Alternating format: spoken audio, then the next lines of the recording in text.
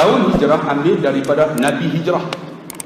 Kita kena campur 1438 dengan 13 tahun Nabi berada di Mekah.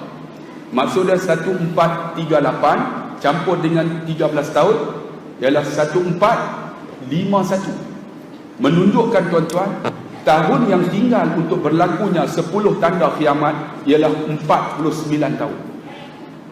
Sebenarnya tuan-tuan, Imam Sayyuti dia ambil satu hadis Nabi, walaupun hadis ini dikatakan dhaif, tapi ada ulama hadis mengangkatkan hadis ini kepada Hasan li ghairihi. Dia kata apa? Di antara tanda akhir zaman nanti, manusia itu mengalami 5 fasa. Fasa pertama ialah fasa nubuwah, fasa Nabi SAW. Fasa Nabi SAW telah habis bila Nabi meninggal. Kemudian lahir fasa kedua. Fasa kedua ialah fasa khalifah Islamiyah, khalifah, iaitu daripada Sayyidina Abu Bakar, Sayyidina Umar, Sayyidina Osman dan Sayyidina Ali. Lepas Sayyidina Ali, khalifah Islamiyah dah habis. Tuan-tuan, naik khalifah Muawiyah bin Abi Sufyan. Itu dia tak sebut sebagai khalifah yang mewarisi daripada Nabi SAW. Itu fasa yang kedua. Fasa yang ketiga ialah fasa khalifah yang melantik akan anak sebagai waris, iaitu zaman yang disebut 3 dinasti, iaitu dinasti Umayyah, dinasti Abbasiyah dan dinasti terakhir namanya dinasti Uthmaniyah. Tuan-tuan, dinasti Umayyah habis, tuan-tuan. Abbasiyah habis. Umayyah di Damsyik, kota dia. Abbasiyah di Kufah. Uthmaniyah di mana? Di Istanbul.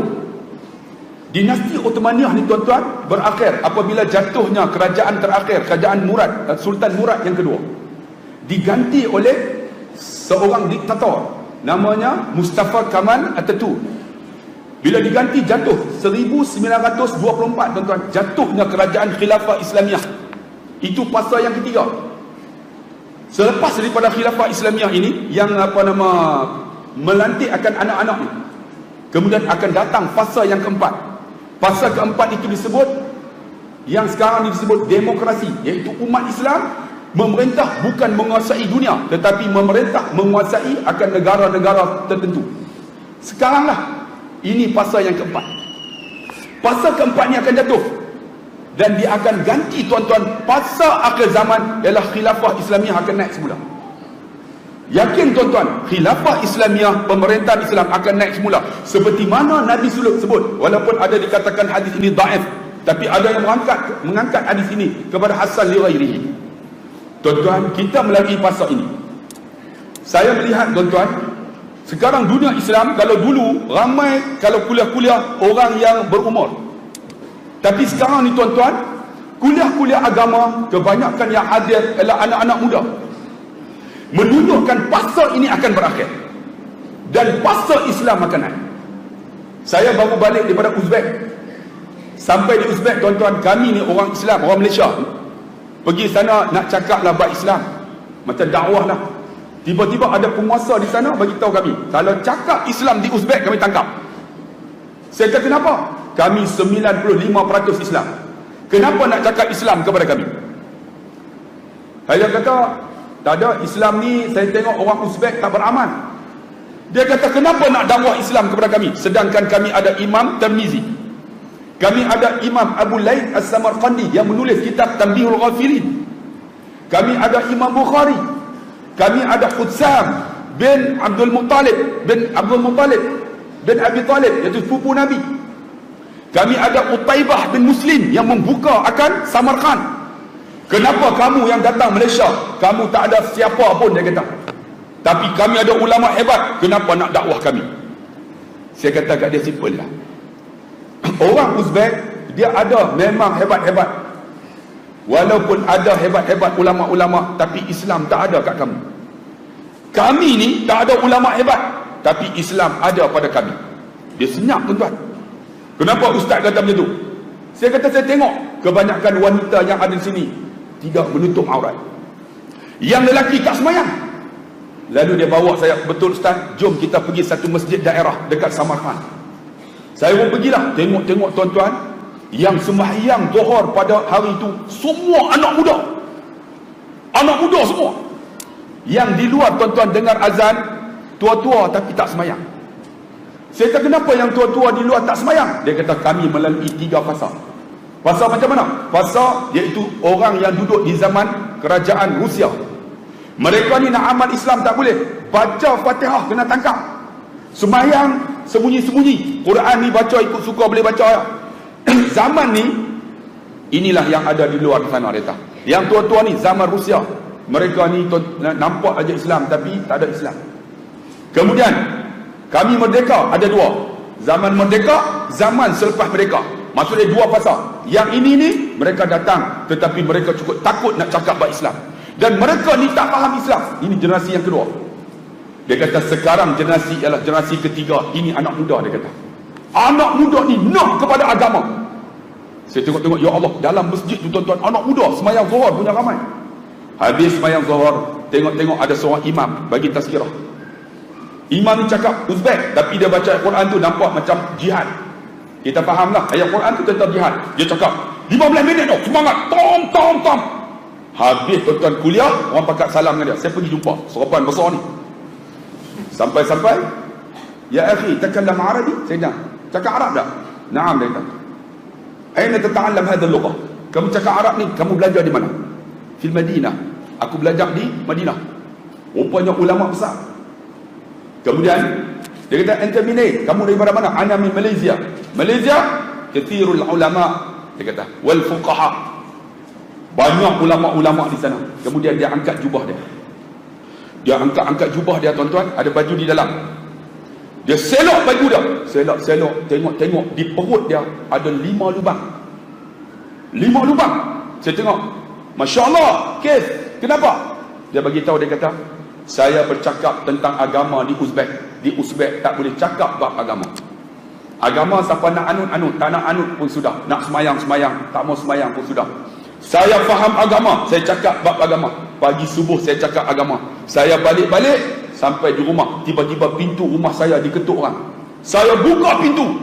Depan saya seorang, dia kata lelaki memakai topeng, menikam perut saya sehingga 5 tikaman. Saya jatuh, saya yakin saya mati. Tiba-tiba orang angkat ni, yang cedera ni, saya ni bawa pergi hospital. Dengan izin Allah, saya selamat. Bila saya selamat, alhamdulillah, dalam hati saya, apa nak jadi pun, aku kena teruskan agama ini. Aku dah kena tikam dah. Allah selamat aku. Sekarang dia kata, semua takut dengan saya. Tu masuk dengan kerajaan Uzbek. Tak berani ke dia? Dia ceramah. Siapa tak berani? Orang tikam dia tak mati. Tuan-tuan, anak muda penuh dalam masjid. Semata-mata apa? Nak dengar kuliah dia. Menunjukkan bahawa Uzbek akan bangun semula dengan generasi Islam. Tuan-tuan tunggu. Dan begitu juga sekarang ni tuan-tuan tengok, fasa terakhirnya dekat dah. Sangat dekat sangat dah untuk berlakunya kiamat. Ada orang kata, betul ke Ustaz? Betul bang. Saya baru balik daripada Palestin. Kami pergi, tuan-tuan, pergi Palestin. Tuan-tuan tengok dalam satu hadis, Nabi kata apa? La taqumus sa'ah, tak berlakunya kiamat. Hatta tuqatilul muslimun al-yahud, sehingga orang Islam ni akan lawan orang Yahudi. Hatta wara al-yahud min hajar wa sajar, sehingga orang Yahudi ni akan sembunyi di sebalik batu dan kayu. Yaqulul hajar wa sajar, batu dan kayu akan bercakap, hadza yahudiyun warai faqtuluh, ini Yahudi bersembunyi di sebalik aku, bunuh dia. Illa sajaratul gharqad, kecuali satu pokok nama gharqad, sajaratul yahud, pokok Yahudi. Saya pergi Palestin tuan-tuan 3 kali dah. Rupa-rupanya sampai di namanya Tel Aviv. Ibu negara yang kata Israel, sebenarnya itu Palestin. Tel Aviv ni kata ibu negara dia tuan-tuan. Rupanya di Tel Aviv tuan-tuan, mereka tanam pokok ni punya banyak. Sebab mereka membaca hadis. Penuh pokok ni, termasuk dekat kubur Nabi Daud AS. Nak masuk tu ada pokok ni. Pokok tu memang rimbun tuan-tuan. Kalau masuk dalam pokok tu memang tak nampak. Dan Yahudi sekarang membaca hadis tuan-tuan, dan mereka menanam pokok ni cukup banyak. Dan satu lagi Nabi kata, tidak berlakunya kiamat sehingga akan keluar Dajjal. Dan Dajjal ni akan keluar bila 2 perkara berlaku. Pertama dia kata, satu kebun dekat dengan Jordan, saya lupa nama kebun tu, kebun kurma ini akan mengering pokoknya. Tuan-tuan, kami bawa balik daripada Jordan. Rupa-rupanya orang Jordan bagi tahu kebun yang Nabi sebut itu, pokok kurma ini telah pun kering tuan-tuan selama 6 tahun. 6 tahun dah. Tahun ini kalau kering juga mati pokok. Dan satu lagi, dalam hadis Nabi kata apa? Tidak akan keluarnya Dajjal sehinggalah tuan-tuan Tasik Tabariyah di Palestin akan menyusut. Saya naik tuan-tuan bukit tu, rupanya Tasik Tabariyah di Palestin ini sekarang ini telah pun kurang hampir 17 meter. Yahudi baca hadis, mereka buat macam mana? Mereka pam air daripada Laut Merah masuk ke dalam. Sebab mereka takut tuan-tuan kiamat ni nak berlaku. Mereka pam masuk. Sebenarnya tuan-tuan, peristiwa dua ni dah berlaku dah. Kita menanti akan 10 perkara. Ada orang kata, Ustaz, dalam masa 49 tahun boleh berlaku ke? Bang, dalam hadis yang diriwayatkan oleh Imam Ahmad, dia kata apa? 10 tanda itu, dia kata apa? Fa'in yaqta'a sib, seperti mana buah tasbih. Ada tak buah tasbih? Buah tasbih ada? Abang ya. Seperti mana marjan. Marjan ni maksudnya macam ni lah, buah tasbih. Kan? Buah tasbih ni macam ni, ada diikat. Sib maksudnya dawai. Bila diikat dawai, yang kata nak berlaku kiamat 10 tu, macam mana? Yatba'u ba'duha ba'da. Bila yaqta'a, dipotong. Al-katsir, yakni dawai tu, apa yang berlaku? Yatba'u, dia akan ikut sebahagian. Tuan-tuan, Imam Sayyuti kata 10 tanda yang akan berlaku itu akan ambil masa hanyalah 9 tahun. 9 tahun bang. Menunjukkan bila keluar Dajjal, automatik Nabi Isa akan turun. Sebelum Dajjal keluar, akan lahirlah Imam Mahdi. Maksud dia akan takut, dia akan berterus. 9 tahun saja. Imam Sayyuti kata, keluar Nabi Imam Mahdi, Dajjal akan lahir. Sebab tu Yahudi sekarang tuan-tuan, kalau tuan-tuan pergi dekat Kubah Sakra, dekat Baitul Laham tu, tuan-tuan akan masuk satu lubang tuan-tuan akan tengok mereka menanam kubur-kubur orang Yahudi, semua mengarah lubang tersebut. Kerana apa? Menanti akan kedatangan Dajjal. Memang mereka duk baca hadis, tapi kita tak baca. Kenapa saya sebut benda ni tuan-tuan? Kerana nak bagi tahu bahawa kiamat ni akan dekat dah. Dekat dah kiamat ni. Apa perlu kita buat? Hampir kiamat akan keluar Imam Mahdi. Kata Nabi SAW, apabila penternak mereka itu akan menjadi kaya dan membina bangunan-bangunan tinggi. Lalu sahabat tanya, ya Rasulullah, man ya Rasulullah, siapa mereka? Lalu Nabi kata, mereka lah orang Arab. Arab dulu tuan-tuan penternak, bukan ada apa pun. Allah timbulkan minyak dengan izin Allah tuan-tuan. Sekarang mereka membina bangunan-bangunan tinggi. Di antara bangunan tertinggi di mana? Di Dubai. Sekarang ni tuan-tuan, satu lagi bangunan tertinggi sedang dibina di Arab Saudi. 1.2 kilometer dengan kosnya hampir 400 trilion oleh orang Arab. Namanya apa? Bapak dia Talal apa tau? 1.2, menunjukkan mereka dulu ni penternak, pembelah kambing, belah unta, bina bangunan. Menunjukkan kiamat dah hampir. Apa perlu kita buat? Kita sebut kiamat ni, bang, wa tazawwadu fa inna khairuz zadi taqwa. Berbekallah. Wahai tuan-tuan, anak muda, alhamdulillah ramai malam ni, bang, bekal bang. Sediakan bekal untuk kita. Apa bekal tu? Bekal yang kita nak buat adalah ibadat yang kita buat. Bila ibadat kita buat, mesti ahsanu amala, buat seelok-eloknya. Bukan sembahyang semata sembahyang, buat seelok-eloknya. Sebelum saya nak urut, ada satu kereta QTE 2187. Tolong alih kenderaan anda. WB 1568Q. Tolong alih juga kenderaan anda. Tadi saya masuk tu, nak masuk tak boleh, ada kenderaan. WB 1568Q, QTE 2187. Bukan alih lah, balik ke bawah. Alih pun tak jadi lah tuan-tuan. Ini tuan-tuan yang dikasihi dan rahmati Allah. Kita watazawwadu, berbekal. Apa bekal kita? Sembahyang bagi elok. Ni adik-adik kita ni, kita dah mula sembahyang. Alhamdulillah, rupa-rupanya tuan-tuan kita nampak ramai sembahyang. Rupanya yang di luar tak sembahyang punya ramai. Kita dah nampak hebat bang. Ni saya dapat mesej ni tiap-tiap hari. Macam 2 hari 3 hari lepas datang seorang tuan-tuan umur 41 tahun. Ni pakai tungkat. Dia masuk, dia peluk saya, dia menangis di rumah saya. Saya kata, abang kenapa menangis? Ustaz, dia kata, boleh saya masuk dalam rumah ustaz? Saya kata, masuk lah. Kan kita pun masuk, tapi masuk pun tak ada air, saya kata. Air tak ada, saya kata. Takkan nak bagi minum kan? Dia pun duduk. Saya kata, ada apa masalah? Ustaz, dia kata, saya umur 16 tahun, Tuhan bagi slip disc. Bila saya sakit, Ustaz, saya marah ke Allah. Start daripada umur 16 tahun, saya tak semayang. Sampai umur 41 tahun, tak semayang. Saya kata, semayang Jumaat. Semayang tak? Saya pergi, Ustaz, saya pergi dengan ayah mertua saya. Saya masuk tandas, saya duduk dalam tandas sampai habis Jumaat. Saya tak semayang, Ustaz. Ustaz, saya marah dekat Allah. Ketika umur saya 22 tahun, Tuhan bagi saya kencing manis. Sekarang buah pinggang saya tak fungsi. Saya marah dekat Allah. Allah tak adil, dia kata, bagi saya sakit. Sedangkan saya muda lagi. Saya tengok dia. Abang sakit umur berapa? 16 tahun. Abang sihat 16 tahun. Abang sakit tulang belakang, tapi mulut abang boleh makan. Mata abang boleh melihat. Kalaulah Tuhan butakan mata abang, abang rasa macam mana? Tak tahulah, Ustaz. Kalau mulut tak boleh makan, rasa macam mana? Tak tahulah, Ustaz. Tengok nikmat Tuhan bagi, itu baru dua. Tak masuk lagi tangan kaki. Banyak nikmat Tuhan bagi, abang tak bersyukur tak? Dia pun tunduk kepala. Bang, sembahyang ni bukan untuk Allah. Sembahyang ni untuk abang, untuk bekal abang di akhirat. Dia pun menangis. Menangis. Bila menangis, saya kata, abang balik sembahyang. Nak sembahyang apa, Ustaz? Saya tak tahu nak sembahyang. Menunjukkan tuan-tuan duduk di nasihat hebat tak? Rupanya di luar sana, orang tak sembahyang ramai lagi bang. Yang tak tahu sembahyang apa tak? Sebab tu kita yang tahu sembahyang ni bang, kena doa banyak-banyak doa ini.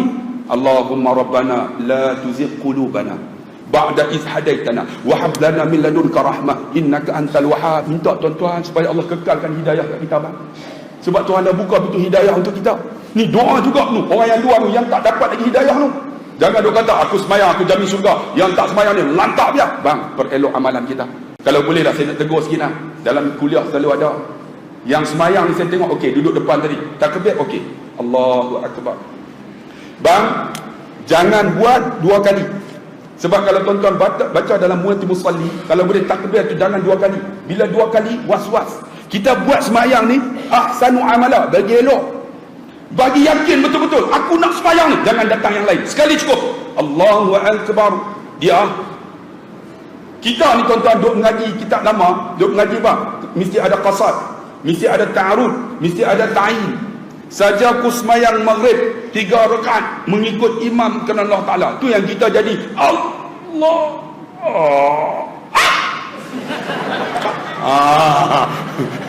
Gelak apa? Tadi saya tengok di belakang macam-macam ada. Ada yang Allah. Ada yang tu tak bagi masuk tu. Saja aku sembahyang sunat. Bang, tak payah, tak payah. Perelok amalan sekali sudah. Arab sekali aja. Tuan-tuan tengok pergi Arab. Allahu akbar. Tak pernah dia buat Ultraman. Tak ada. Sekali dia Arab. Tak pernah tengok orang Melayu kita. Bang, bukan itu yang elok. Elok sekali dah. Allahu akbar. Dia jangan duk sahaja aku sembahyang. Itu bukan niat, itu ingat. Allah saja aku sembahyang maghrib 3 rakaat. Itu ingat, niat ni. Dia tu. Jangan tuan-tuan bagi isu datang Allah. Dia batal. Perelok amalan. Sebab banyak di kalangan kita ni orang muda-muda tak apa, orang tua-tua. Saya nak tegur sikit lah. Kadang-kadang dia terbawa daripada muda sampai ke tua. Dia nak masuk tu Allah saja aku sembahyang Astaghfirullahaladzim. Tak masuk lagi, tak masuk. Bang, bila datang sembahyang berjemaah, buat macam tu, dia mengganggu jiran sebelah. Jiran sebelah diganggu. Bila kita Allahu akbar, dia Allah, kita ada Allah di tangan kita. Ganggu bang. Allahu akbar. Sudah, saya pernah tuan-tuan cerita. Yang tu lagi ni, kita ni orang perempuan tak apa. Tak pernah jumpa orang perempuan sembahyang, dia orang angkat dalam kain jelekung. Tak ada.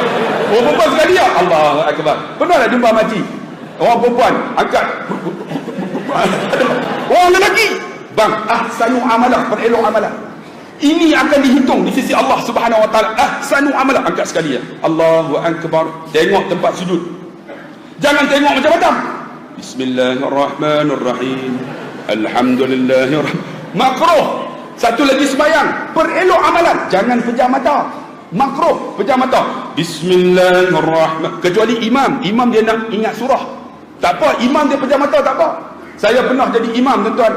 Kan kita ni Ramadan, kita nak baca ni, tuan-tuan ambil berkat, dengar dapat pahala. Saya pernah jadi imam sembahyang subuh. Jadi kita baca surah Sajadah, kan? Alif Lam Mim. Baca sampai dekat sujud lah. Allahu Akbar, sujud naik. Tatajafa junubuhum. Lupa. Kita pun ingat belakang ni mesti tegur. Tatajafa junubuhum. Anil tu tak keluar. Tatajafa junubuhum. Tiba-tiba ada seorang tegur. Tapi tegur tak membantu. Qul huwallahu ahad. Allahus samad. Saya dengar-dengar, korang ajar. Dalam hati dia mesti, kalau tak boleh baca panjang, Qul huwallah dah weh. Aduh, mesti dia kata, aku nak pergi sembahyang, aku nak pergi kerja ni cepat sikit. Tegur tapi tak bantu, tuan-tuan. Sebab tu tuan-tuan yang dikasih, kita perelok. Orang baca, tuan-tuan sedang, kita dengar dapat pahala. Dengar elok, jangan pejam mata, makruh. Ini pejam mata. Bila pejam mata, apa yang lupa akan ingat. Betul tak? Bismillahirrahmanirrahim. Baita kunci tak? Allah lupa. Ada tu imam tuan-tuan dekat kampung saya, dia balik Mesir tuan-tuan, dia beli kereta Honda Civic. Dia parking kat imam, rupanya dia lupa kunci. Bismillahirrahmanirrahim. Baca sedap lah. Tiba-tiba teringat, kunci lupa. Dia orang masuk dalam poket tu. Tut. Oh, kami dengar, loh Pak Imam kunci. Pak Imam pun teruk. Ahsanu amala, perelok amalan. Angkat Allahu Akbar. Tengok tempat sujud. Jangan tengok mengata makruh. Jangan pejam makruh. Buat amalan bagi elok bang. Sembahyang ni tuan-tuan, yang akan dihitung yang pertama ialah solat. Sebab tu buat bagi elok. Tengok tempat sujud. Jangan takbir banyak kali. Sekali sudah. Allahu Akbar. Kalau Imam Hanafi tuan-tuan, dia kira masuk tu takbir, dia kira dah. Sebab bertolak daripada rumah, nak datang masjid, memang nak sembahyang maghrib. Allahu Akbar. Dia jadi sekali sudah. Allahu Akbar. Tengok tempat sujud. Baca elok-elok di hadapan Allah. Alhamdulillahi Rabbil Alamin Ar-Rahmanir Rahim. Baca elok. Jangan mulut herot. Sebab kita bercakap dengan Allah. Ni ada orang kan bila dengar amin, bismillahirrahmanirrahim, bang, ganggu orang bang. Saya pernah pergi Penang tuan-tuan, pakcik tu jumpa saya pakai sorban. Ustaz, lama tak jumpa. Cakap dengan elok, dengan saya elok. Saya kata memang tak jumpa, dia tak panggil. Panggil saya datang lah. Oh Ustaz, imam dah. Jom. Dia pakai sorban dengan Rida ni. Duduk sebelah saya. Bila dah imam amin, dia pun, kami masbuk. Dia pun saya sebelah. Kacau ni. Ni ganggu ni. Kita buat Allahu Akbar. Buat tak layan. Tiba-tiba imam amin. Kan, dia pun baca. Bismillah. Saya ada bismillah dah dengan aku. Ganggu. Sembahyang berjamaah, jangan ganggu orang. Paling teruk alham. Kita ada alham dah dengan aku. Aku pagi tu. Paling teruk wala dhalim, wala tototok. Saya dah wala dhalim dah dengan saya. Wala tototok. Mengganggu bah. Sebab tu kita ahsanu amala. Perelok amalan. Tak payah ikut dia. Paling teruk saya cerita tuan-tuan, dia tahiyat. Asyhadu an la ilaha illallah. Kita dah terkejut tuan. Lepas tu dia mungkin keluar tabligh pun. Dia buat Imam Hanafi tulis. Dia duduk. Kita duduk tengok. Dah nak habis. Ganggu. Tiba-tiba nyamuk gigit. Belah ni cover sini. Nampak dia nak apa sikit. Sebab tu perelok amalan. Kena datang masjid berguru. Tengok macam mana kama raaitumuni usalli, macam mana Nabi sembahyang. Maka diajar oleh ulama sembahyang macam mana. Sebab tu kena bila sembahyang elok, inilah amalan pertama yang akan diterima oleh Allah. Sebab as-salatu imaduddin, man aqamaha aqamaddin wa man tarakaha hadzamaddin. Sembahyang tu tiang agama. Siapa mendirikan solat, mendirikan agama. Siapa tak diri semayang, meruntuhkan agama. Sebab tu semayang jaga elok bang. Siapa pakcik-pakcik duk buat macam tu, sudah. Perelok amalan. Lagi apa? Ni, dalam Ramadan, perelok amalan kita. Sebelum tu saya nak lancar tuan-tuan kutipan derma untuk kita besarkan masjid ni. Alhamdulillah saya datang tuan-tuan, PA ni baru tukar tuan-tuan, punya panjang tu. Saya kata ni PA ke apa tu PA baru tuan-tuan. Ni nak besar lagi tuan-tuan, tak muat ni, nak bagi luas lagi. Jadi kita lancarkan kutipan dana untuk pembangunan masjid ini tuan-tuan. Jadi saya persilakan pada Tafiz untuk kutip tuan-tuan. Kita bagi ada boleh tuan-tuan. Nak besarkan tuan-tuan, tak muat dah tuan-tuan. Masya Allah, lu parking sampai sana penuh tepi. Masya Allah, baguslah tuan-tuan. Orang Hulu Kelang ni bagus. Adik bagi adik seorang-seorang. Yang mana tak bagi tu tunggu lama sikit. Jalan sampai ujung. Makcik tak ada orang kutip, ada pergi jalan pelan-pelan sikit, seorang-seorang pergi. InsyaAllah boleh dapat dalam hari itu. Masa kita Samsul debat tuan-tuan, Alhamdulillah dapat hampir 36,000. Tu pun ada orang yang tak sempat nak bagi. Di luar tu jam tuan-tuan, dekat-dekat berapa kilometer tuan-tuan. 2 kilometer lebih jam masa Samsul debat tu. Bila nak buat pula? Nak tak? Macam tak mau pun. Dengar yang perempuan dia nak. Jalan. Sebab tu kita perelok amalan. Di antara apa? Quran masa mana nak elok? Masa Ramadan lah. Sebab ada tadarus. Kalaulah tak ada Ramadan, tak ada harapan tuan-tuan. Ada di kalangan kita tak boleh baca Quran lagi. Ramadan ni kena datang tadarus. Jangan malu. Duduk 5 orang, ada khalifah. Macam ustaz tadi, dia jadi khalifah. Kita kebanyakan tadarus semua yang tua-tua. Yang muda-muda tak nak. Ni adik-adik yang pandai hafal Quran ni, adik jadi khalifah adik. Tapi yang tua-tua jangan malu. Tak apalah, masuk yang set yang tua-tua punya. Jadi khalifah. Kalau budak-budak tegur, kita marah. Saya ingatlah kan, jadi khalifah ni duduk ni semua yang tua-tua 60 ke atas. Pakcik tu dia 60 tahun, dia nak ubah susah dan tuan. Wala qada qala kanal in. Saya kata pakcik, tak betul pakcik. Dia kata aku lama baca dah, dia kata. Kita pun okey baca. Kita tak tegur, orang lain tegur. Dia kata apa? Aku baca yang semua tegur. Tadi hampa baca aku tak tegur pun, dia kata. Dah dia baca tak betul, orang tegur. Lah kali dia tutup, dia pergi duduk seorang-seorang. Tak ada siapa tegur. Betul semua, dia kata. Puas tuan-tuan. Sebab tu kita perbetulkan Quran ni. Sebab ahsanu amala, perelok amalan. Kalau boleh tuan-tuan ni kita baca Quran. Kalau tak boleh, malu, baca di rumah. Saya sebut dalam YouTube. Baca di rumah, duduk jadi khalifah. Isteri kita, anak kita. Ayah jadi khalifah. Mat baca. Mat pun bacalah. A'udzubillahi minasyaitanirrajim. Sedap tu. Bismillahirrahmanirrahim. Okey. Mat. Fakulama keluar. Ayah dia kata bukan fakulama, fakulamima. Ada fakulama. Fakulama tak ada dalam Quran. Faku baru pun tak ada. Teruk engkau ni, teruk. Minah baca. Minah baca. Bismillahirrahmanirrahim. Sedapnya tu. Bismillah. Cik suami tu. Isteriku. Roti lama lah. Roti lama ada dalam Quran. Roti lama yatafajjaru ada. Dia kata apa roti lama, paku baru? Tak betul. Tengok abah baca. Kamu tengok dapat pahala. Jadi tak payah aku baca, tengok.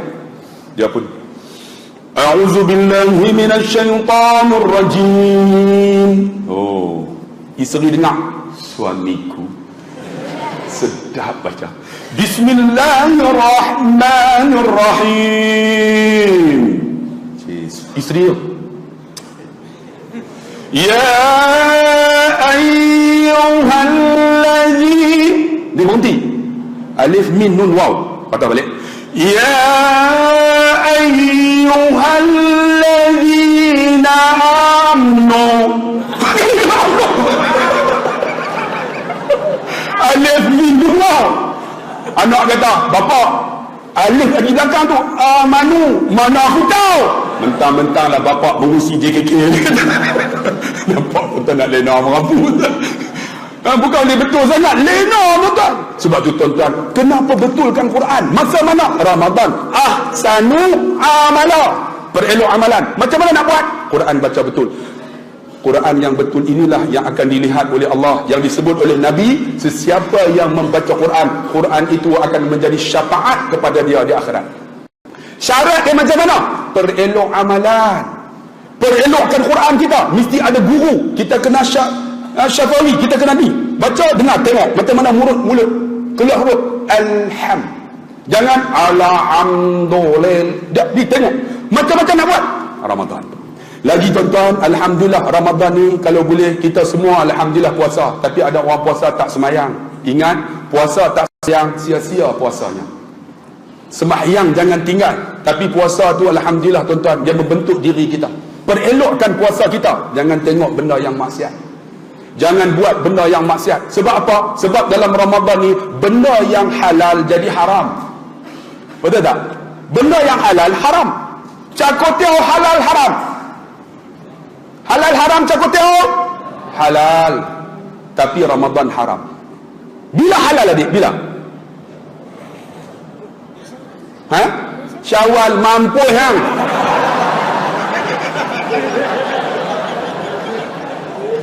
Puasa sampai Syawal tu. Lepas maghrib. Lepas maghrib lah halal lah. Teruk betul lah. Pi goreng halal haram. Halal. Ramadan halal, halal ke haram? Haram. Bilanya halal? Pandai dah. Syawal lagi tunggu.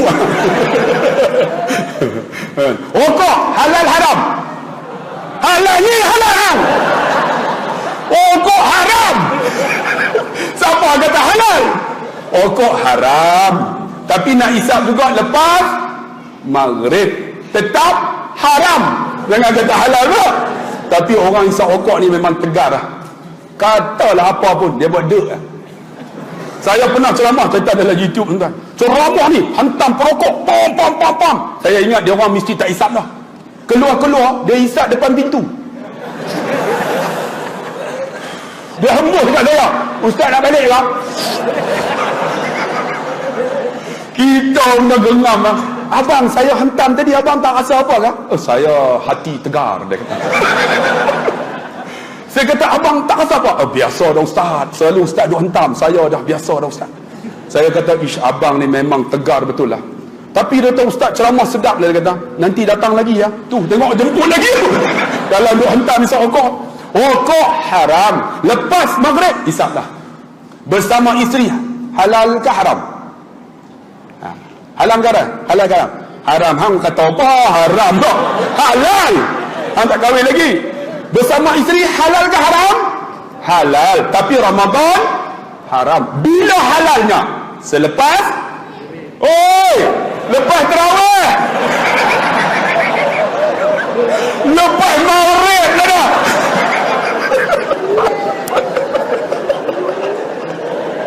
Abang jangan buat malu.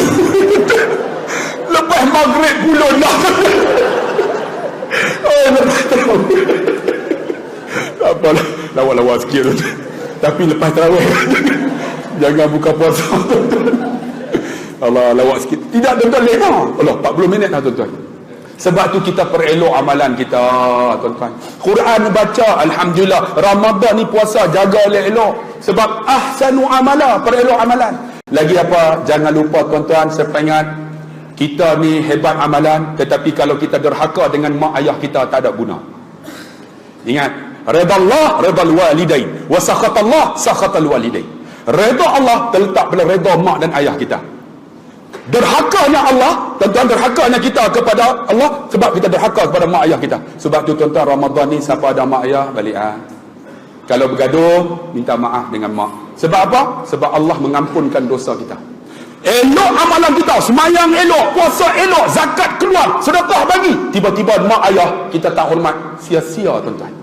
Sebab apa? Sebab saya beritahu, mak ayah ni doa dia mustajab. Sebab tu siapa ada mak ayah, Ramadan ni balik, jumpa, cium tangan, cium pipi dah. Kemudian bagi tahu, mak, maafkan saya. Allah, hati seorang ayah cukup seronok. Tuan-tuan, balik jumpa mak, cium tangan. Adik cium nak tangan mak ayah? Mak sabung cium tak? Cium pipi tak? Cok. Cium. Jual bangun sekejap. Macam mana cium tangan ayah? Bangun sekejap. Saya ayah kamu lah. Okey. Cium. Oh, cium pipi?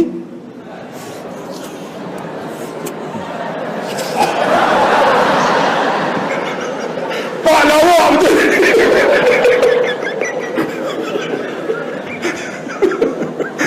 Dia ni selalu dia ikut ceramah saya, tuan-tuan. Ceramah saya semua dia hafal. Bagus dia. Allahu Akbar. Sebab tu tuan-tuan yang dikasih, sebab ada mak ayah bang, carilah keredaan mak ayah. InsyaAllah Allah bagi murah rezeki. Allah bagi segala-galanya. Saya cerita dalam YouTube, saya ada mak, saya ada ayah. Allah, ayah ni tuan-tuan nak cerita tak reti. Tapi ayah ni tuan-tuan, doa mustajab termasuk mak ayah kita. Sebab tu tuan-tuan, hari raya ni, siapa yang mak ayah tak ada, doa banyak-banyak untuk mak ayah kita. Tuan-tuan pernah dengar ada doa, ya Allah, aku ada seorang perempuan, ya Allah, masa hidup perempuan ini, ya Allah, dia mengandung aku selama 9 bulan 10 hari. Ketika dia mengandung aku, ya Allah, tak pernah jemu, ya Allah. Dia mengusapkan perutnya sambil berkata, ya Allah, kau jadilah anakku dalam kandungan ini anak yang saleh dan salihah. Pada ketika itu perempuan ini tak pernah mengenali lagi anak ini, dan dia tak tahu bahawa anak itu lelaki atau perempuan. Tetapi dalam hatinya, aku redha, ya Allah, kalau lahir nanti lelaki atau perempuan. Ketika mana lahir akan anak ini, terkoyak akan isi perempuan ini. Sakit jangan ditanya, tetapi menahan sakit kerana lahirnya seorang lelaki. Lelaki itu siapa? Kita. Tetapi kita tak pernah berdoa untuk mak dan ayah kita. Sebab tu bang, ni raya nak sampai dah, siapa ada mak ayah balik, jumpa dia, cium tangan. Bila cium tangan, hulurkan sama. Saya bagi tahu, bagi sikit tanda ingat, bagi banyak tanda ada. Bagi 100 tanda ingat kepada mak, bagi 1000 tanda ada duit. Bila bagi tu, mak, maafkan saya, mak doa saya ya. Doa mak mustajab. Saya cerita dalam YouTube kan, tuan-tuan duduk dengar. Saya duduk universiti, mak, saya nak periksa, saya telefon mak, ni nak periksa esok.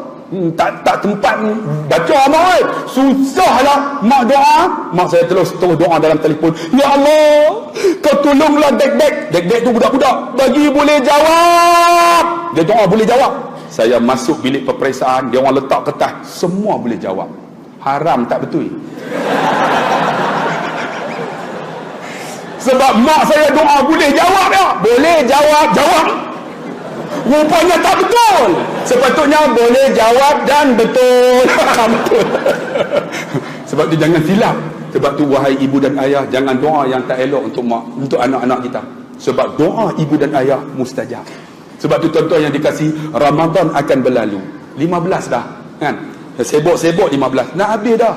Orang yang alim tuan-tuan, yang dekat dengan Allah, bila datang penghujung Ramadan, menangis mereka. Sebab air mata yang mengalir itu padam api neraka mereka. Tapi kita sampai penghujung Ramadan bukan menangis, seronok kita nak sambut raya. Sedangkan tuan-tuan, kita tak tahu raya ini, hari raya ini, raya yang terakhir untuk kita apa. Ada di kalangan kita yang duduk dalam masjid ni, sama-sama sembahyang tarawih, sama-sama sujud. Ramadan ni dia tak ada. Mungkin Ramadan ni kita pula bang. Sebab tu tuan-tuan, ahsanu amala, perelok amalan. Di antaranya apa tuan-tuan? Sembahyang dah elok, Quran dah boleh baca, Allahu Akbar, puasa dah elok, mak ayah dah elok. Jangan lupa tuan-tuan, doa banyak-banyak supaya kita jadi umat Nabi Muhammad SAW. Ya Allah, jadikan aku umat Nabi Muhammad. Kita bangun nanti bercahaya wajah kita ni. Sebab apa? Sebab wuduk yang kita ambil bercahaya. Maka Nabi kata, hadza ummati, itu umat aku. Seronok kita. Doa banyak-banyak. Macam mana nak doa banyak-banyak? Banyakkan selawat. Allahumma salli ala Sayyidina Muhammad. Saya cerita dalam YouTube kan, sahabat sayang Nabi bukan macam kita. Kita sayang Nabi, ingat Nabi, Allahumma salli ala Muhammad. Sahabat ni sayang Nabi, dia akan tengok wajah Nabi. Pergi tengok tu, seronok dah. Kadang-kadang Nabi ni buat apa, semua ikut. Nabi pernah jalan satu pokok, Nabi buat macam ni. Sahabat tengok, semua pakat lalu. Nabi tanya, kenapa kamu buat macam tu? Engkau buat, ya Rasulullah, sebenarnya aku pergi dekat pokok tu, ada binatang nak gigit, aku elak. Kamu pun ikut. Ya Rasulullah, engkau buat, ya Rasulullah, itu berkat. Kita nak cari Nabi tak ada. Kita nak cari muka Nabi tak ada. Macam mana nak buat? Banyak selawat. Man shalla alayya salatan sallallahu biha alaiha asyara. Ni, sebab itu tuan-tuan, saya tengok tadi kita sembahyang. Alhamdulillah tuan-tuan. Di Malaysia ada orang Arab datang. Dia puji. Dia kata, saya datang Malaysia, saya seronok, dia kata. Saya tengok orang Malaysia ni sembahyang, mereka tertib aja. Lepas sembahyang 2 rakaat, mereka akan sama-sama Allahumma salli ala Sayyidina Muhammad. Kita semua sama. Dia kata di Arab tak boleh buat. Dia kata orang Malaysia selawat. Saya kata, tidakkah ini bid'ah? Dia sebut ayat Quran, wallahu yuhibbul muhsinin. Tidakkah Allah suka benda yang baik? Kamu buat benda baik, dia kata, Allah suka, buatlah, dia kata. Tengok, ada orang hantam bid'ah. Kita selawat ramai-ramai. Kalau tak selawat, pakai tak selawat. Nak tunjuk sayang Nabi masa mana? Ramadan lah, duduk sama-sama. Sallu alaihi. Sonok tak? Allah, sonok rasa, ya Allah, kalau boleh esok jumpa Nabi, semua kita sallallahu alaihi wasallam. Sonok tak? Nabi pun menangis, hadza ummati, itu umat aku. Kita selawat banyak-banyak. Terima kasih tuan-tuan. Duduk dalam ceramah ini, tuan-tuan duduk dalam tarawih, kita selawat. Inilah keberkatan yang pada diri kita. Buatlah amalan elok-elok, insya-Allah kita harap kita akan bertemu di hadapan Allah, semua dalam syurga Allah Subhanahu Wa Taala. Terima kasih banyak-banyak. Panjang dah tuan-tuan.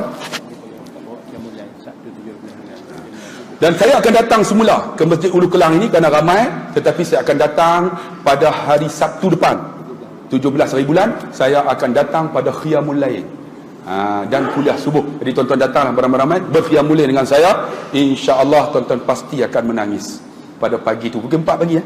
Kita ambil sejam kan? 3:30 start. Lepas tu ada sahur sekali insya-Allah. Kemudian ada kuliah subuh, kemudian barulah kita beredah. Minggu depan saya akan datang bersama tuan-tuan. Jadi insya-Allah pada pukul 3:30 kita akan bermula dengan saya. Kita buat simple aja.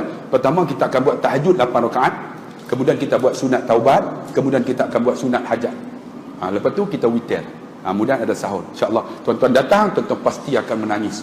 Jangan lupa bawa tisu. Jadi setakat itulah saja. Mohon maaf jika ada silap dan salah. Insya-Allah siapa yang nak bantu saya, dulu saya datang ke masjid ini tuan-tuan ketika Ramadan. Balik saya duduk sebulan tuan-tuan, tahun lepas dapat 500,000 juta. Orang Selangor banyak bantu.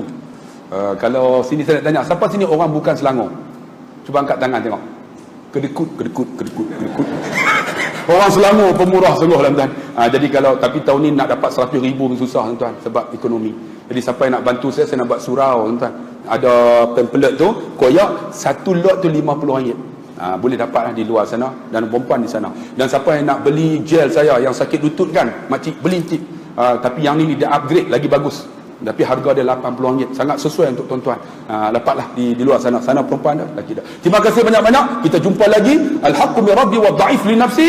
Yang benar dari Allah, yang lemah kelemahan saya. Satu rakaat pantun, pergi membeli, lupa dah. Ubi keledek, ubi kayu. Tuan-tuan semua, I love you. Sekian. Wassalamualaikum warahmatullahi wabarakatuh. Allahu akbar. Sekali lagi cium.